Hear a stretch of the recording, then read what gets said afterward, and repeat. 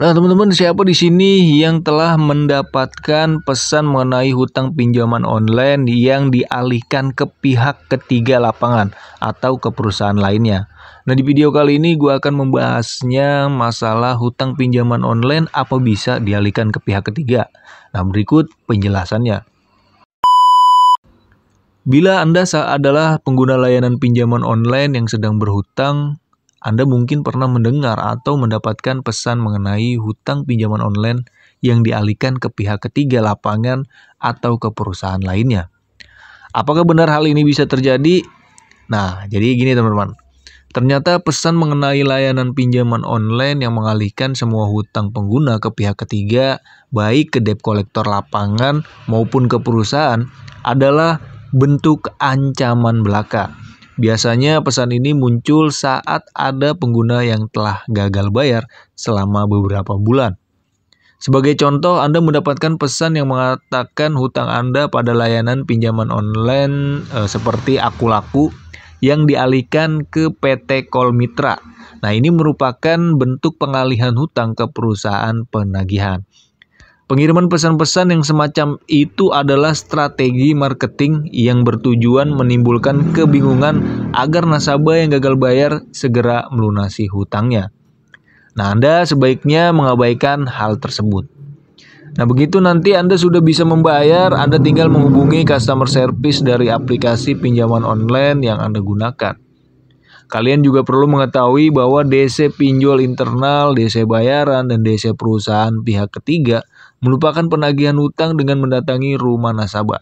Sementara debt collector pinjaman online internal menagih melalui telepon atau media sosial seperti WhatsApp dan telepon, teman-teman.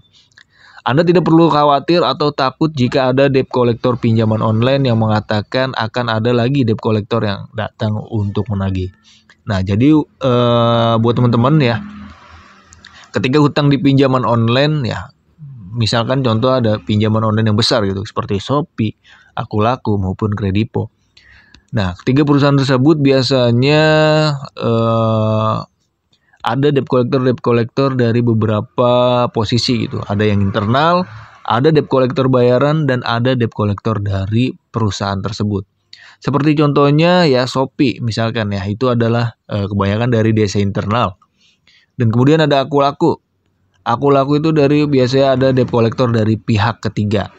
Dan kalau misalkan Kredipo itu dari debt collector perusahaannya sendiri, teman-teman.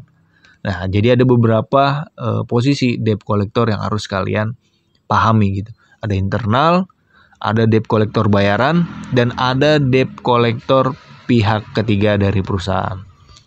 Nah, kita membahas ke pihak ketiga ya. Nah, untuk DC lain yang dimaksud itu sebetulnya masih berada di bawah satu komando orang yang sama, yaitu kepala debt collector. Nah, kepala debt collector ini bertugas membagi wilayah yang akan dikunjungi oleh DC pinjol yang dikomandai olehnya. Sewaktu-waktu kepala debt collector dapat mendatangi rumah Anda, tapi hanya untuk mengetahui alasan nasabah tidak mampu melunasi hutangnya. Mereka tidak akan menagih hutang dengan cara barbar seperti mengancam atau merampas barang-barang Anda. Itu tidak bakal, teman-teman. Ya, jadi pahami dulu masalah hutang pinjol, apakah dialihkan ke pihak ketiga itu seperti apa. Jadi pihak ketiga itu adalah debt collector lapangan, teman-teman. Ya.